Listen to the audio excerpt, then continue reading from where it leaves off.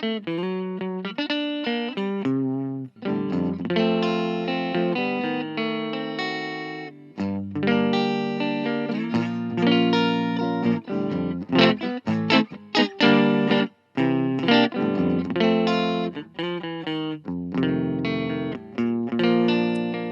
everyone, this is Tom from Dirk Witte Guitars in Utrecht, the Netherlands, and today we are taking a look at this Gretsch G6128T-59 Vintage Select 59 Duo Jet electric guitar with Bixby in black finish. Quite a mouthful, but let's just keep it at a 1959 reissue Duo Jet, made in Japan, really of the highest caliber of the folks at Gretsch. That's really where the best things are being made in the plant in Japan. So yeah, this one is no exception, and let's get into it. We got a mahogany body going on, as we can tell, definitely on the back, done in that really great natural finish, which is chambered, which you can definitely feel. It is not that heavy. It's actually a really nice weight. We then got a maple top underneath this black finish, which is also bound, so binding on the front of the or on the face of the guitar. We got two T.V. Jones Filtertron pickups, which are, to be exact, T.V. Jones Filtertron Classics. Pretty simple. Really classic tone that you can really only get from these types of pickups, and it's really also kind of this the traditionally speaking, like the Bucker made by Gretsch. It's kind of like the PAF produced by Gretsch from the time from way back in the day in the 1950s. Can just sound really, really great, as you will hear so in a couple of minutes. Then we got this bridge going on here that is called the Space Control Bridge, which is an original design by Gretsch, also from way back in the day. And what they are referring to is, as you can probably tell, the bridge features these sort of threads, or knurled. It is knurled, and then if you remove the strings, you can actually adjust the space by turning each of the saddles. So it's kind of just like a bolt almost, which you can then use to adjust the space between saddles, which is apparently handy for some people, or from people back in the day.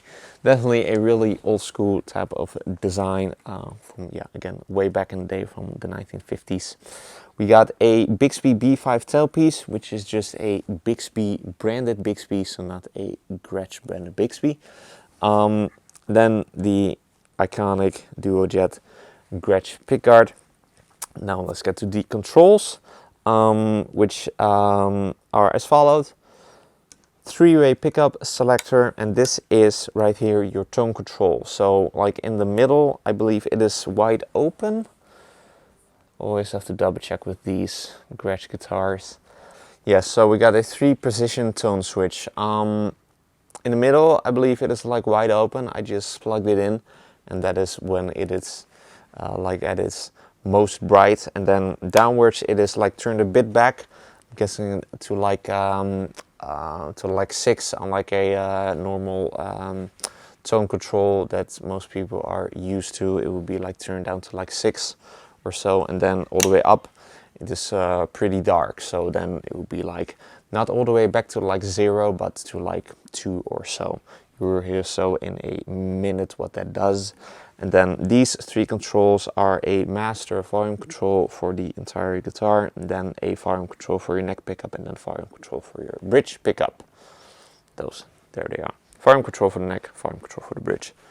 The input jack is also kind of old school, kind of resembles that actually of a Fender Telecaster, making this really a proper reissue for 1959. And also for the buttons for straps, you can you have to remove these little caps almost from each of the buttons, also here down on the bottom, for you to put on your strap.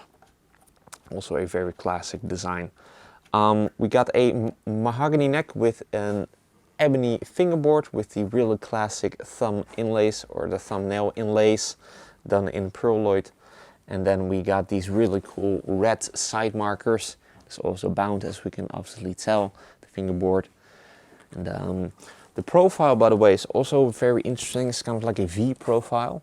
Gretsch has it listed as a vintage V, and it is not that harder of a V, but you can definitely tell that it is a V.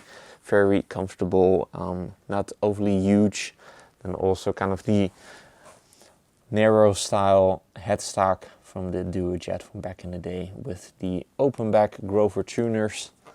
Really cool, classic and traditional look with the serial number and reading made in Japan.